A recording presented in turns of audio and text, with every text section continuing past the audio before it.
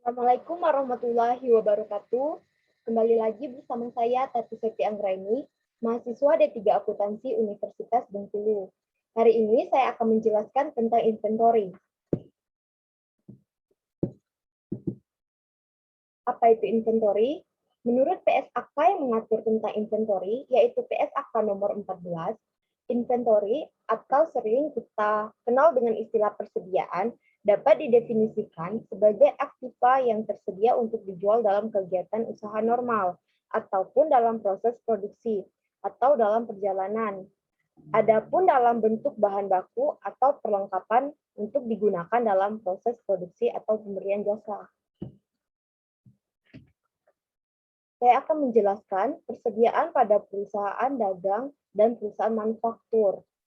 Pada perusahaan dagang, persediaan ini berupa bahan dagangan yang dibeli oleh perusahaan untuk dijual kembali pada para pelanggan tanpa mengubah bentuk apapun. Sedangkan persediaan pada perusahaan manufaktur terdiri dari 3. Yang pertama itu ada persediaan bahan baku, yang kedua ada persediaan bahan dalam proses, dan yang ketiga itu ada persediaan barang jadi.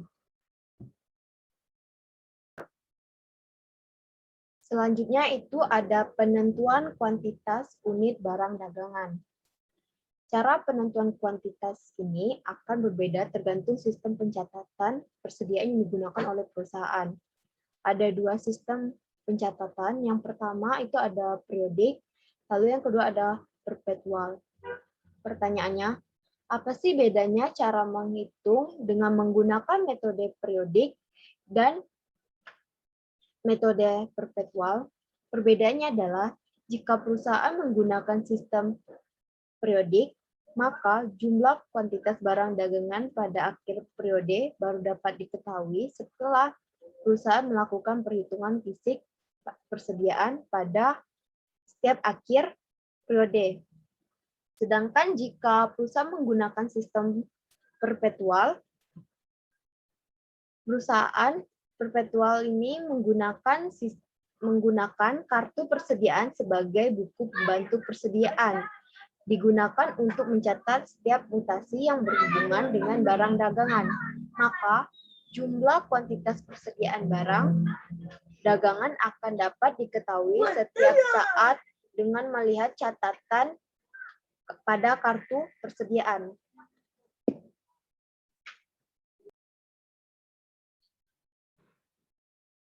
Selanjutnya ada permasalahan dalam penentuan kuantitas persediaan. Yang pertama ada pengakuan kepemilikan atas barang dalam pengiriman. Ada 2 syarat kesepakatan yang mempengaruhi kapan peralihan kepemilikan barang dari penjual kepada pembeli. Yang pertama itu ada FOB shipping point, yang kedua ada FOB destination point. Saya akan menjelaskan dulu apa itu FOB shipping point. FOB shipping point ini adalah kepemilikan atas barang dagangan sudah beralih dari penjual pada pembeli sejak di gudang penjual, sehingga yang bayar biaya angkut itu adalah pembeli.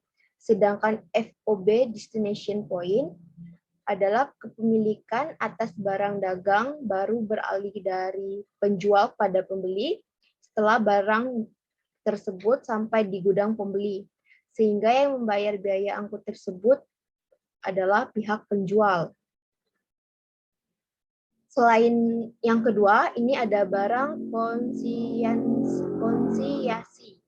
Barang konsinyasi atau sering kita sebut dengan barang titipan merupakan barang dagangan milik perusahaan lain atau orang lain yang dititipkan oleh mereka kepada perusahaan kita untuk dijual kembali atau untuk dijualkan. Contohnya itu seperti banyak pedagang kerupuk yang menitipkan barang dagangannya pada warung-warung untuk dijualkan pada konsumen.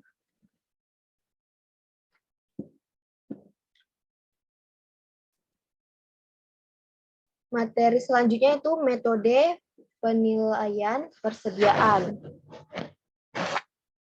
Penilaian persediaan adalah menentukan nilai persediaan barang dagangan akhir yang akan disajikan sebagai nilai persediaan barang dagangan pada laporan posisi keuangan perusahaan. Ada beberapa metode penilaian persediaan, yaitu 1. Metode harga perolehan. Harga perolehan ini artinya nilai persediaan akhir dihitung dengan mengalihkan unit yang tersisa dengan harga perolehan per unit. Jika ada permasalahan muncul ketika dalam satu periode, perusahaan melakukan beberapa kali pembelian dengan harga perolehan yang berbeda-beda, maka ada beberapa cara menentukan nilai persediaannya berdasarkan metode harga perolehan, yaitu yang pertama ada identifikasi khusus, yang kedua adalah asumsi arus harga perolehan. Identifikasi khusus ini biasanya digunakan perusahaan untuk jenis barangan yang memiliki kode unik. Lalu, asumsi arus harga perolehan ini ada 3. Yang pertama ada FIFO, lalu LIFO, dan terakhir itu ada average method. Pertama saya akan menjelaskan apa itu FIFO. FIFO atau sering kita sebut dengan first in, first out adalah asumsi arus harga perolehan di mana nilai persediaan barang dagangan akhir dikalikan dengan unit yang tersisa dengan harga perolehan per unit. Urut harga perolehan terakhir, sedangkan harga pokok penjualan pada sistem perperiodik akan dihitung dengan mengurangkan harga perolehan atas barang yang terjual, cost of goods available for sale, dengan nilai persediaan barang dagangan akhir. Jika menggunakan sistem perpetual, maka harga pokok penjualan dihitung dengan mengalihkan unit yang terjual dengan harga perolehan per unit, urut harga perolehan awal. Lalu yang kedua itu ada LIFO atau last in, first out, adalah asumsi arus harga perolehan di mana nilai persediaan barang dagangan akhir dihitung dengan mengalihkan unit yang tersisa dengan harga perolehan per unit, urut harga perolehan awal, sedangkan harga perolehan penjualan pada sistem perperiodik.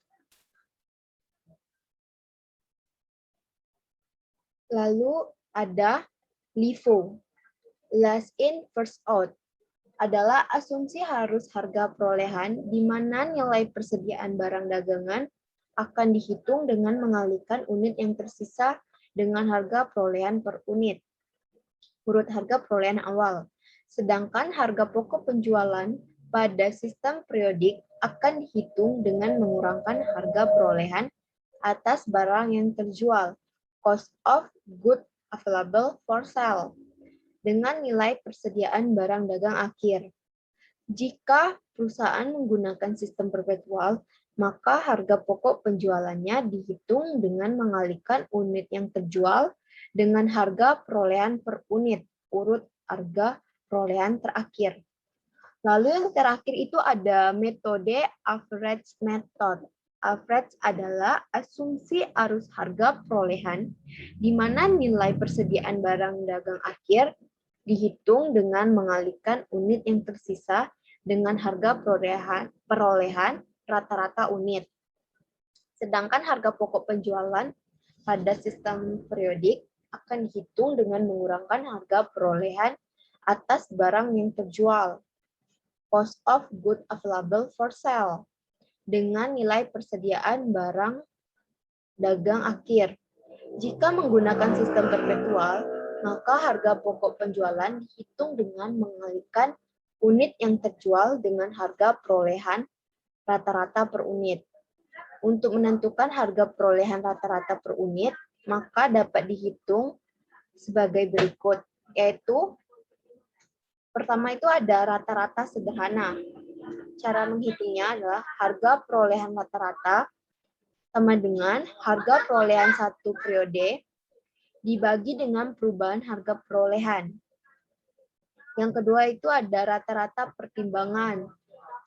Cara menghitungnya harga perolehan rata-rata per unit sama dengan cost of goods available for sale dibagi dengan unit available for sale.